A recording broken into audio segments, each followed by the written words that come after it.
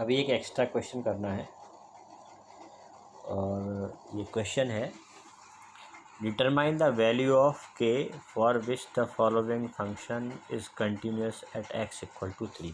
तो ये क्वेश्चन, इसमें फंक्शन आपको दे रखा है f of x equal to x plus 3 whole square minus 36 upon x minus 3 when x is not equal to 3, मतलब just before 3 and just after 3 function का expression x plus 3 whole square minus 36 upon x minus 3 है।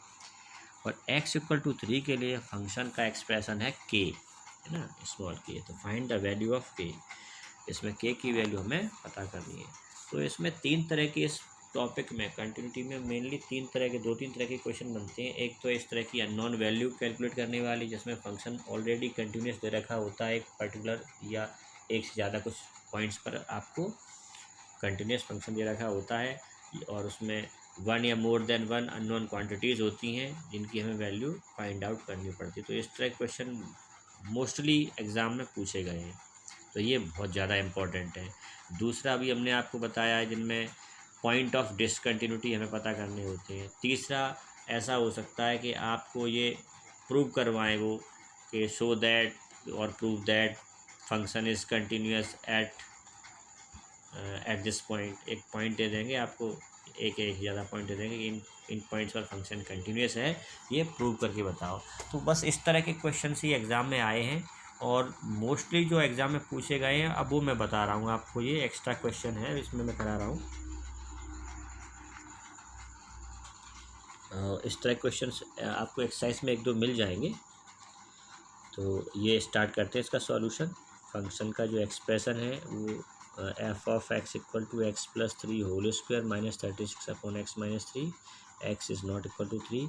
And function का जो second piece है, first piece तो ये है, ये फर्स्ट पीस है और ये piece X is not equal to 3 के लिए। दूसरा जो पीस है वो है के और ये एक्स इक्वल टू 3 के लिए। तो इस तरह से ये टू पीसेस वाला फंक्शन है।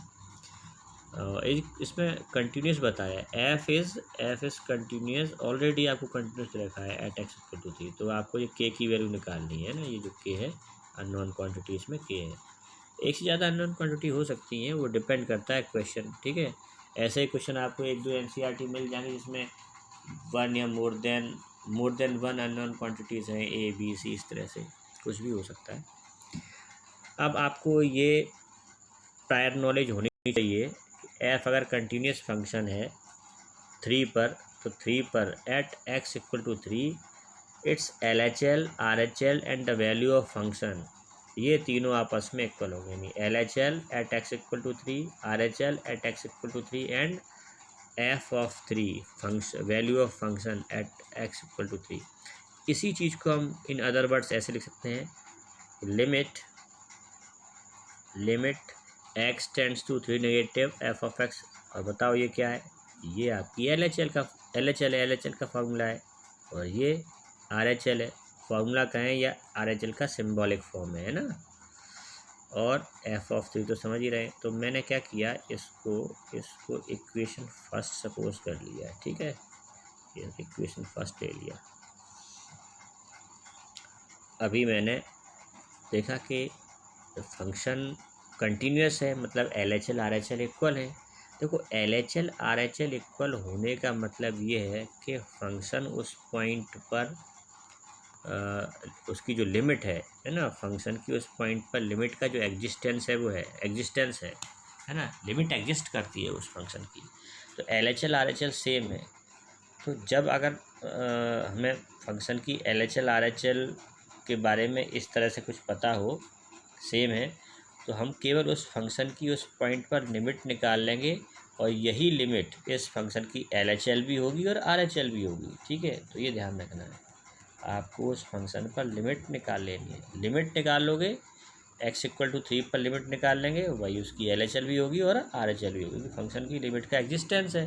तो एग्जिस्टेंस तभी होता है जब फंक्शन की LHL RHL सेम हो, है ना, नहीं तो फंक्शन की लिमिट का एग्जिस्टेंस ही नहीं होता। तो यहाँ पर लिमिट निकाल रहे हैं, एक्स इक्वल टू 3 पर हम फंक्शन की लिमिट निकालने जा रहे हैं। एफ ऑफ एक्स फंक्शन लिख दिया, फंक्शन है x plus 3 whole square -36/x-3 मैंने फंक्शन लिख दिया। अब यहाँ पर अगर डायरेक्ट x के प्लेस पर 3 लिखते हैं तो एक इनडिटर्मिनेट फॉर्म बन जाएगा। x के प्लेस पर 3 लिखेंगे तो 3 + 3 36 -36/3 - 3 यानी 0/0 फॉर्म बन जाएगा। x के प्लेस पर अगर हम डायरेक्ट सब्स्टिट्यूशन करते हैं तो 0/0 फॉर्म बन जाएगा, जो कि एक इनडिटर्मिनेट फॉर्म है।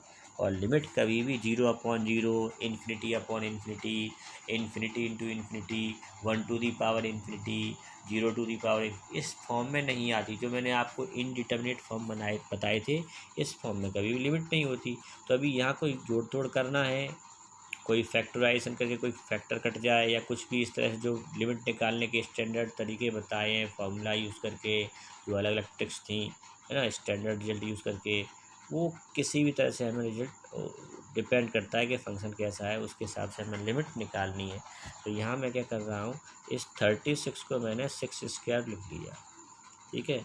और यहाँ पर न्यूमरेटर में मैंने a² - b² की आइडेंटिटी लगा ली। तो ये a - b + b इस तरह से बन जाएगा। a मतलब x + 3 हो जाएगा और b 6 हो जाएगा। अब यहाँ पे जब इसको सॉल्व करेंगे तो x + 3 - 6 ये आपका x - 3 बचेगा, ठीक है। तो नेक्स्ट पेज पर आ जाते हैं। ये देखिए, लिमिट निकाली हमने, x माइनस लिमिट सॉल्व कर रहे थे तो जो फर्स्ट ब्रैकेट है वो सिंप्लीफाई होके x - 3 आ गया, और दूसरा ब्रैकेट आपका x + 9 आ गया, x + 3 + 6 x + 9 हो जाएगा। ये x - 3 से x - 3 डिनोमीटर और न्यूमरेटर में सेम ब्रैकेट आ गए, है ना, वो कैंसिल आउट हो गए। अभी क्या बचा, x + 9। अब आप x + 9 में डायरेक्ट x के प्लेस पर 3 लिख सकते थे। x के प्लेस पर 3 लिखा, और x के प्लेस पर 3 लिखने का मतलब ये है कि अभी हमने इस फंक्शन की लिमिट ले ली। जब लिमिट ले लेते हैं तो फिर ये सिंबल नहीं लिखते हैं ना, ये नहीं लिखते। एक्स फंक्शन में x + 9 में x के प्लेस पर 3 लिख दिया, 3 + 9 12 आ गया। तो ये इस फंक्शन की LHL भी है 12 और RHL भी है, या कहें कि इस फंक्शन की लिमिट है। अब क्वेश्चन में आपको एक बार मैं और पीछे दिखा देता हूँ आपको।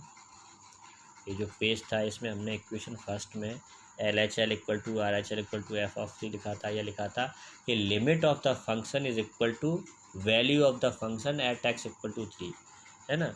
तो value of function at x = 3 तो आपको गिवन है क्वेश्चन में।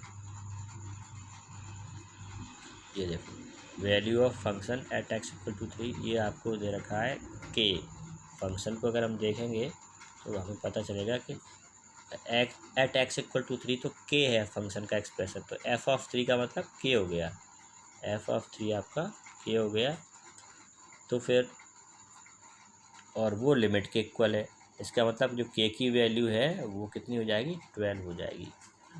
From equation first we get k = 12।